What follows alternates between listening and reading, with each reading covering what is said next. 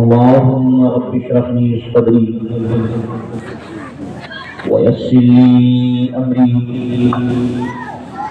واحلل عقدة من لساني يفقهوا قولي. رضيت بالله ربا وبالإسلام دينا وبسيدنا محمد نبيا ورسولا. الله أكبر الله أكبر الله أكبر. لبيك لبيك لبيك يا رسول الله صلى الله عليه وسلم. الحمد لله الحمد لله الهادي عباده إلى الطريق الأقوم، الناهي عن التنازع في كتابه المحكم، المتفضل علينا بنعمة الإسلام ودقائق الحكم. والصلاة والسلام على النبي الرؤوف الرحيم الأكرم سيدنا محمد القائل إن أمتي لا تجتمع على ضلالة فإذا رأيتم الاختلاف فعليكم بالسباد الأعظم، وعلى آله وصحبه الذين يهتدون لكل فصيح وأعجب. أما بعد، فأعوذ بالله من الشيطان الرجيم. بسم الله الرحمن الرحيم.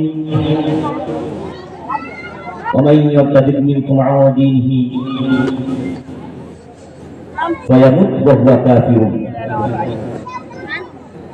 فأولئك حبطت أعمالهم في الدنيا والآخرة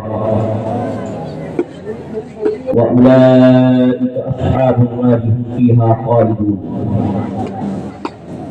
وقال الله عز وجل: فاعلم أنه لا إله إلا الله. صدق الله العظيم. وقال الله عز وجل في القرآن المجيد: إن الله وملائكته يصلون على النبي يا أيها الذين آمنوا صلوا عليه وسلموا تسليما. طيبوا بالمصطفى. اللهم صل على سيدنا ومولانا محمد معدن الجود والكرم وآله الكرام وقبله الكريم. بارك وسلم صلوا عليه صلاة وسلاما عليك يا رسول الله صلى الله تعالى عليه وسلم. حضرات گرامی قدر مقام، امید ہے آپ حضرات خیریت سے ہوں گے. پہلی بار آپ کے اس قصبہ بلوہ بزرگ میں خلیفہ حضور شیخ شیخ سنت و حضور مفتی اعظم ہند حضرت علامہ الحاج شاہ ادریس میاں علیہ الرحمہ و خلیفہ حضور فضل گنج مراد آبادی رحمۃ اللہ علیہ و خلیفہ حضور تاج الشریعہ علیہم الرحمہ کے عرص پاک کی محفل میں حاضری کا شرف حاصل ہوا. بارگاہ رب العالمین میں دعا ہے اللہ اپنے حبیب مکرم شفیع معظم نور مجسم سید آدم و ولد آدم جان عالم روح عالم نور عالم رحمت عالم سید عالم صلی اللہ علیہ وسلم کے طفیل اس ادارے اور خانقاہ کو روزت و ترقی عطا فرمائے. اس کے ذریعے اللہ مسلک حق اہل سنت و جماعت یعنی مسلک اعلیٰ حضرت کی خوب ترویج و اشاعت کی توفیق عطا فرمائے. اور ساتھ ساتھ یہ بھی اللہ کی بارگاہ میں دعا ہے کہ مولا ہمیں حق کہنے، حق سننے اور اس حق پر عمل کی توفیق عطا فرمائے. جب میں آیا نہیں تھا تو منظر اسلام میں پڑھنے والے رفیق گرامی حضرت مولانا انتخاب صاحب منظری کا میسج آیا کہ آپ کو ارتداد، فتنہ ارتداد اور اس کے اسباب و علاج، اس پر کچھ بیان کرنا ہے، فضل علماء پر کچھ بیان کرنا ہے۔ بہرحال اللہ رب العالمین کی بارگاہ میں دعا ہے کہ مولا میرے سینے کو شق فرمائے اور آپ کے لیے اسے آسان فرمائے۔ خدا کا قرآن ارشاد فرماتا ہے وَمَن يَرْتَدِدْ مِنْكُمْ عَنْ دِينِهِ فَيَمُتْ وَهُوَ كَافِرٌ، اور تم میں جو بندہ اپنے دین سے پھر گیا، مرتد ہو گیا، بس وہ مرا اس حال میں کہ وہ کافر تھا، فَأُولَئِكَ حَبِطَتْ أَعْمَالُهُمْ فِي الدُّنْيَا وَالْآخِرَةِ، تو یہ وہ لوگ ہیں کہ جن کی عمل دنیا اور آخرت میں ضائع اور برباد ہو گئے۔ وَأُولَئِكَ أَصْحَابُ النَّارِ هُمْ فِيهَا خَالِدُونَ، اور یہی وہ لوگ ہیں جو جہنم میں جانے کے حقدار اور اس میں ہمیشہ رہنے کے حقدار ہیں۔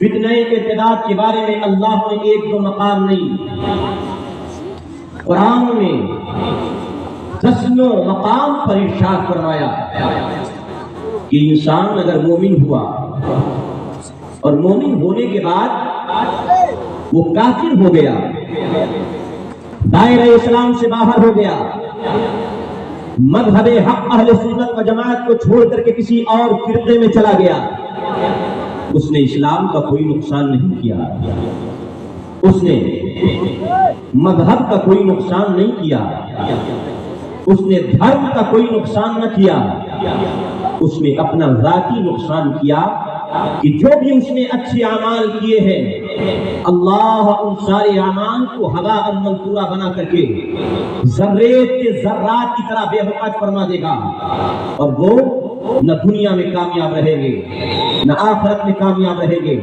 اور جہنم میں جانے کے حقدار وہی ہیں۔ وہ سوچیں جہنم میں وہ سوچیں جہنم سے کچھ چھٹکارا مل جائے، تو جہنم سے کوئی چھٹکارا ملنے والا نہیں ہے۔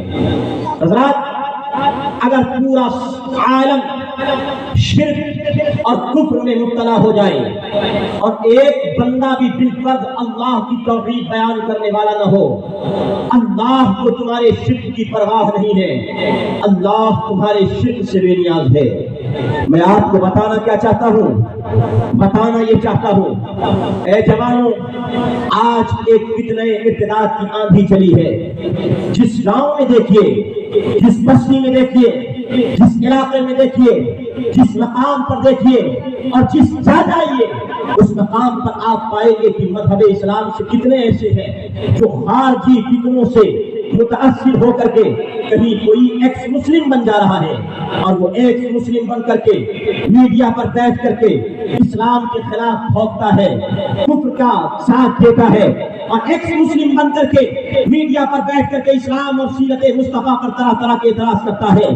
اور کہیں آپ دیکھیے، اگر خارجی فتنوں سے متاثر نہیں ہوا، اسلام میں جو عیسائی اور مستشرقین نے اسلام پر اعتراضات کیے ہیں، کہ آریہ سماج کے لوگوں نے جو ستیارتھ پرکاش نامی کتاب لکھ کر کے اسلام پر جو حملہ آور ہوئے ہیں اور اسلام پر اپنی بود و باش اور اپنی حرکات کو نمایاں کیا ہے، ان کے اعتراضات سے متاثر ہو کر کے کبھی وہ دہریہ بن جاتے ہیں، کبھی ملحد بن جاتے ہیں، کبھی بے دین بن جاتے ہیں، اور کل کو اسلام کے خلاف اسلام کے خلاف مسلمان نام کر رکھنے والی عورتیں، مسلمان نام رکھنے والے مرد یہ میڈیا پر کھڑے ہو کر کے اہل اسلام کے مخالف بولتے ہیں، اہل اسلام کے خلاف دلیلیں فراہم کرتے ہیں اہل کفر کو۔ اور اسی طریقے سے اگر کوئی بندہ اسلام کے خارجی فتنوں سے متاثر نہ ہوا، اسلام کے داخلی فتنوں سے متاثر ہوا، تو اسلام کے داخلی فتنوں سے متاثر ہونے والا آدمی اگر اپنے آپ کو بہت محفوظ رکھتا ہے تو دیکھیے اسلام کے داخلی فتنے یعنی فتنہ ارتداد کی کون سا فتنہ ارتداد نام ہے وہابیت میں چلا گیا،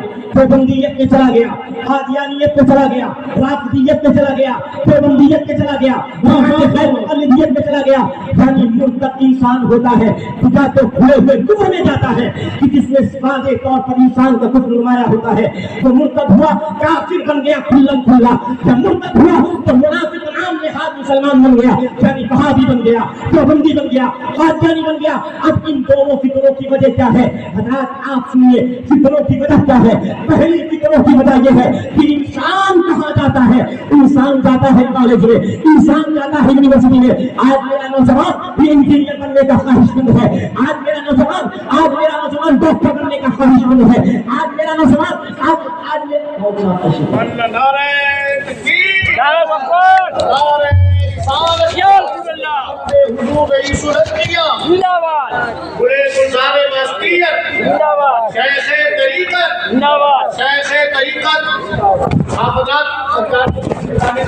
کے ساتھ حضرت کی طبیعت قریب تھی اور آپ بالکل پریشان بالکل نہیں کریں گے، مسافر کے لیے نہیں جائیں گے، سرکار کو تشریف لانے دے. نعرہ تکبیر، نعرہ رسالت، آمد اولاد غوث اعظم حضور رئیس الانبیاء، گلے گلزار واسطیت، واسطی دولہا، جانشین حضور کا کہے دلگرام، جانشین حضور کا کہے دلگرام، سرکار سید ویس مصطفیٰ کاف اللہ واسطی قادری.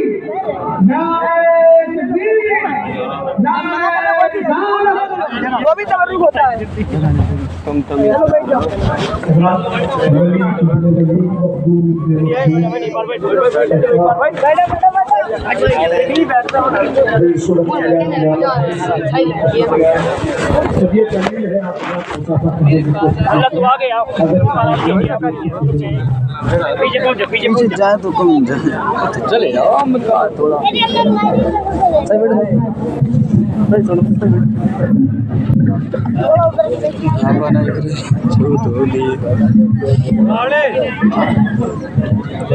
الحمدللہ بڑی خوشی کا مقام ہے کہ حضرت رئیس الانبیاء صحیح بیٹھو، صحیح لو آرام سے بیٹھو، ویسے بیٹھ جائے. سرکار سید ویس مصطفیٰ صاحب قبلہ بلگرامی واسطی کی آمد کی ہے. اللہ تعالیٰ حضرت کا سایہ ہم پر دراز فرمائے اور آپ کے فیضان سے ہم سب کو مستفید و مستعین فرمائے. حضرات میں عرض یہ کرنا کہ فتنہ ارتداد کی وجہ کیا ہے؟ فتنہ ارتداد کی لہر میں آخر انسان گرفتار کیوں ہو رہا ہے؟ اس کا ایک سب سے بڑا ریزن، سب سے بڑا سبب جس کی بنیاد پر انسان فتنہ ارتداد کی لہر میں آ رہا ہے وہ یہ ہے، انسان آج شوقین ہے کہ اپنے بچوں کو کالج بھیجے، یونیورسٹیز کا راستہ دکھائے، اور انسان اس بات کی خواہش میں ہے کہ اس کا بیٹا ڈاکٹر بن جائے، اس کا بیٹا انجینئر بن جائے، اس کا بیٹا کوئی IAS IPS کا عہدہ لے کر کے گاؤں واپس آئے. مگر ان تمام ڈگریاں دلانے سے پہلے انسان نے یہ نہ سوچا کہ اپنے بیٹے کو مصطفیٰ کا دین سکھا دیں، آقا علیہ السلام کے دین پاک کو پڑھا دیں، آقا جہاں صلی اللہ علیہ وسلم کے دین پاک کا کچھ درس دے دیں، عقیدے کی اصلاح کے لیے اولیاء کرام کی صحبت، علماء کرام، صوفیاء کرام کی صحبتوں میں بھیجے، اور اس کے دین کی اصلاح کے لیے انسان نے یہ نہ سوچا. اس بنیاد پر حضرات آج سب سے بڑی وجہ جس کی بنیاد پر بچے ہمارے فتنہ ارتداد کی لہر میں آ رہے ہیں، اس کی ایک وجہ یہ ہے کہ بغیر دین تعین کیے ہوئے آج بچوں کو کالج بھیجنے کے لوگ دل دادا ہیں، یونیورسٹی بھیجنے کے دل دادا ہے. ہم نے کہا ہم منع نہیں کرتے ہیں، اور کوئی عالم اس بات سے منع نہیں کرتا ہے کہ آپ اپنے بچے کو انجینئر نہ بنائیں، آپ اپنے بچے کو ڈاکٹر نہ بنائیں، آپ اپنے بچے کو IAS نہ بنائیں، آپ اپنے بچے کو IPS نہ بنائیں، پھر آپ کے تمام ڈگریاں دلائیں. اگر یہ ڈگریاں ہوں گی تو قوم کے حقوق کی لڑائی میں ہر میدان میں آپ کے لوگوں کی آواز بلند کرنے والے لوگ ہوں گے. مگر ان تمام چیزوں سے پہلے نیابت مصطفیٰ کا جو تاج ذاتی پیارے آقا علیہ السلام نے ارشاد فرمایا ہے، وہ تاج اپنے بچوں کو ضرور پڑھائے۔ میرے آقا علیہ السلام کے دیوانوں، میں آپ سے پوچھنا چاہتا ہوں، ذرا آپ ایک سوال کا جواب دیجیے۔ آپ کا بچہ IPS بن کے آیا ہے، IAS بن کے آیا ہے، ڈاکٹر بن کے آیا ہے، انجینئر بن کے آیا ہے، مگر کیا آپ کے بیٹے کو وہ تاج حاصل ہے؟ وہ تاج ایک عالم کو حاصل ہے، ایک حافظ کو حاصل ہے۔ کیا تاج ہے؟ وہ سید الانبیاء کی زبانی تاج ہے، وہ تمغہ مصطفیٰ جان احمد کے ہاتھ ملا ہے، اور وہ تمغہ کیا ہے؟ مصطفیٰ فرماتے ہیں العلماء ورثۃ الانبیاء، علماء انبیاء کے وارث ہوتے ہیں۔ یہ تاج کسی ڈاکٹر کو حاصل نہیں ہے، ایک عالم ربانی کو اللہ نے عطا فرمایا ہے۔ ایک عالم ربانی کو اللہ نے عطا فرمایا۔ حضرات میں عرض کرتا چلوں کہ فتنہ ارتداد کے پھیلنے کی ایک وجہ اور ہے، اور وہ وجہ کیا ہے؟ اس کی ایک وجہ یہ ہے کہ ہمارے یہاں آج بد مذہبوں کے یہاں رشتہ داری، کہاں رشتہ داری ہو رہی ہے؟ ہم نے کہا فتنہ ارتداد دو طرح کا ہے، دونوں طرح کے فتنہ ارتداد سے ہوشیار رہیے۔ ایک ارتداد ظاہر میں ہے، ایک ارتداد باطن میں ہے۔ ظاہر کا ارتداد تو یہ ہے انسان کھلا کافر بن جائے، اور باطن کا ارتداد یہ ہے کہ آدمی وہابی بن جائے، دیوبندی بن جائے، قادیانی بن جائے، رافضی بن جائے، جماعت غیر مقلد سے وابستہ ہو جائے، یا خامدی بن جائے، یا انجینئر محمد علی مرزا کے ماننے والا بن جائے۔ اگر ان تمام فتنوں سے آپ آراستہ ہوتے ہیں تو آپ سمجھ لیجیے آپ مومن نہیں رہتے ہیں، پھر بھی آپ باطنی فتنہ ارتداد کو ظاہر کرتے ہیں۔ اگر آج مسلمان ظاہری فتنہ ارتداد سے بچ جاتا ہے تو آج اپنے بچوں کا رشتہ وہابیت پہ کر دیتا ہے، دیوبندیت پہ کر دیتا ہے، قادیانیت پہ کر دیتا ہے۔ ہم نے کہا ذرا کان کھول کر کے سنیے، وہابیت سے ہماری کوئی ذاتی دشمنی نہیں ہے، دیوبندیت سے ہماری کوئی ذاتی دشمنی نہیں ہے۔ نہ خالد رضا کی زمین لوٹی ہے، نہ خالد رضا کے گھر، جب نہ خالد رضا کے گھر پر حملہ کیا ہے، نہ ہمارے کاروبار کے مقابل کوئی اپنا کاروبار کھڑا کیا ہے۔ ہماری دشمنی سے اتنی ہے کہ اللہ و رسول کی شان میں ان کے عالموں نے جو گستاخیاں لکھی ہے، ان گستاخیوں کی بنیاد پر ہمارا ان کا اختلاف ہے، ہماری ان کی نہیں بنتی ہے۔ تو اور مسلمان سب کچھ برداشت کر سکتا ہے، مگر یہ برداشت نہیں کر سکتا ہے کیونکہ ہم نے آواز امام اہل سنت سے سیکھا ہے، انہیں جانا، انہیں مانا، نہ رکھا غیر سے کہا اللہ الحمد میں دنیا سے مسلمان گیا، میں اعلیٰ حضرت سے سیکھا ہے۔ امام خدا فرماتے ہیں کہ تیرے نام پہ چل پڑا، یہ بس ایک جگہ جگہ پڑا، کبھی وہ کیا کرتے کرتے دونوں ایک دن بس ایک جگہ تو جہاں پڑا کرو کیا کرو جگہ میں۔ اور امام خدا سے ہم نے سیکھا ہے، کیا سیکھا ہے؟ اہل سنت کا عقیدہ یہ ہے جو جان مانگے تو جان دیں گے، جو مال مانگے تو مال دیں گے، مگر یہ ہم سے کبھی نہیں ہوگا۔ یہ بھی کیا بتا رہے تھے؟ ہم نے کہا اے مسلمان آخر تو اس جماعت میں کیسے رشتہ داری کر سکتا ہے جس جماعت میں یہ عقیدہ ہو اللہ اللہ کے نبی کا خیال نماز میں آ جائے، نماز دائیں بائیں نظر میں خیال سے بدتر ہو جاتی ہے۔ اس جماعت میں کیسے اکیلا رشتہ داری کر سکتا ہے؟ اپنی بیٹی اس کو کیسے دے سکتا ہے؟ جو اس کی بیٹی اپنے یہاں کیسے لا سکتا ہے؟ جس جماعت میں یہ عقیدہ ہو کہ سب انبیاء اولیاء انبیاء کے بارے میں سے بنتا ہے معاذ اللہ سے معاذ اللہ۔ ہم نے کہا ایک طرف تو یہ عقیدہ ہے خدا کا قرآن، دوسری طرف کہتا ہے اللہ کا قرآن کہتا ہے، تیسرا پارہ ہے خدا کا قرآن پہلی آیت میں کہتا ہے تیسرے پارے پہ تلک الرسل فضلنا بعضهم على بعض منهم من كلم الله ورفع بعضهم درجات۔ اللہ فرماتا ہے یہ وہ رسول ہیں جن کو ہم نے بعض رسولوں کو بعض رسول پر تربیت دی ہے، ان میں کچھ تو وہ ہے جن کو ہم نے بہت دور پر بلا کر کے اپنی ہم کلامی کا شرط عطا فرمایا ہے، اور کچھ تو وہ ہے جن کو جو ہم نے عطا فرمائی ہے یعنی عرش سے بنا ورا اللہ نے بلا کر کے اپنے دیدار کا شرط عطا فرمایا ہے۔ ایک طرف تو یہ عقیدہ ہے، ایک طرف یہ بات ہے انبیاء اور اولیاء کو اللہ نے عزتیں عطا فرمائی، اور دوسری طرف یہ عقیدہ ہے معاذ اللہ ثم معاذ اللہ انبیاء اور اولیاء ذرہ ناچی سے کم کر۔ ایک طرف تو یہ عقیدہ ہے معاذ اللہ ثم معاذ اللہ۔ اے مسلمان اپنی رشتہ داری اس جماعت میں کیسے کر سکتے ہو جس نے یہ کہا حفظ الایمان کی پیج نمبر 15 اور ایک دوسرے کے مطابق پیج نمبر 8 پر اشرف فیری تھانوی نے اپنی کتاب میں لکھا حضور اکرم صلی اللہ علیہ وسلم کو میں اس کا مفہوم بتاتا ہوں۔ حضور اکرم صلی اللہ علیہ وسلم کو کل علم غیب حاصل ہے یا بعض علم غیب، سارا علم غیب تو ہو نہیں سکتا، تھوڑا علم غیب اگر حضور کو حاصل ہے تو اس تھوڑے میں حضور کی کیا خاصیت ہے؟ ایسا علم غیب تو معاذ اللہ جانور، ہر شبی، ہر مجنون، ہر پاگل معذلہ ہر زید عمر بدھونت کو خیروں کو حاصل ہے استغفر اللہ ثم اللہ. ہم نے کہا اے مسلمان ذرا بیٹی دینے سے پہلے بیٹی لینے سے پہلے رشتہ کرنے سے پہلے ایک بار دل پہ ہاتھ رکھ کے پوچھ کہ تو کس جماعت میں مصطفیٰ کریم علیہ السلام کی خبردار جماعت میں جس نے آقا علیہ السلام کے خلاف ایسے بکواس کی دفاع رکھے ہیں اس کے رشتہ داری کرتا ہے بھٹا دیکھ لیتا ہے رشتہ داری کر دیتا ہے پٹھان دیکھ لیتا ہے رشتہ داری کر دیتا ہے مرداری دیکھ لیتا ہے تو رشتہ داری کر دیتا ہے.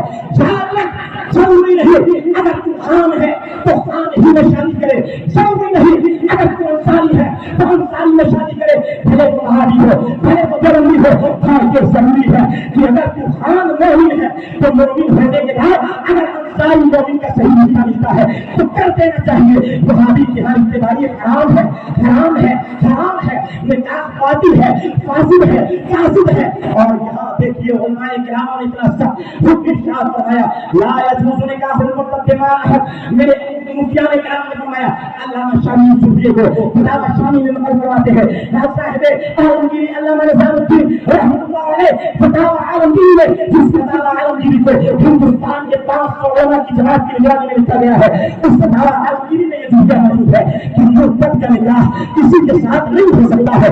مرتد کا نکاح یعنی وہابی کا نکاح کسی کے ساتھ نہیں ہو سکتا ہے. دیوبندی کا نکاح کسی کے ساتھ نہیں ہو سکتا ہے. اور میں بطور اجازت اس کا ترجمہ کیوں کرتا ہوں کہ اگر تھوڑے گنہے کے ساتھ بھی نکاح کرنا جائز ہوتا تو ان کے ساتھ نکاح کرنا جائز نہیں ہوتا, کیونکہ یہ گستاخ رسول الحمدللہ. ہم نے کہا اے سنی جوان سنیوں میں بھی شادی کرو, یہ وہابی نہیں پھیلنے کی. ایک دوسری بڑی وجہ یہ ہے کہ انسان رشتہ داریاں صحیح مذہب میں نہیں کرتا, صحیح گھرانوں اور صحیح خاندان کی تلاش نہیں کرتا. حضرات تیسری وجہ آج فتنہ ارتداد پھیلنے کی سب سے بڑی وجہ یہ موبائل ہے, یہ کیمرہ ہے.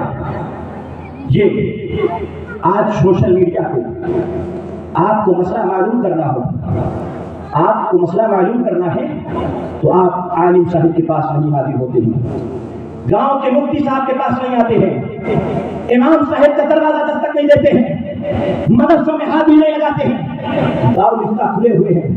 واللہ پہلے زمانے میں دارالفتہ میں مفتیان کرام کو فرصت نہیں ملتی تھی کہ وہ مفتیان کرام فتویٰ لکھنے سے اپنے قلم کو روکتے ہیں.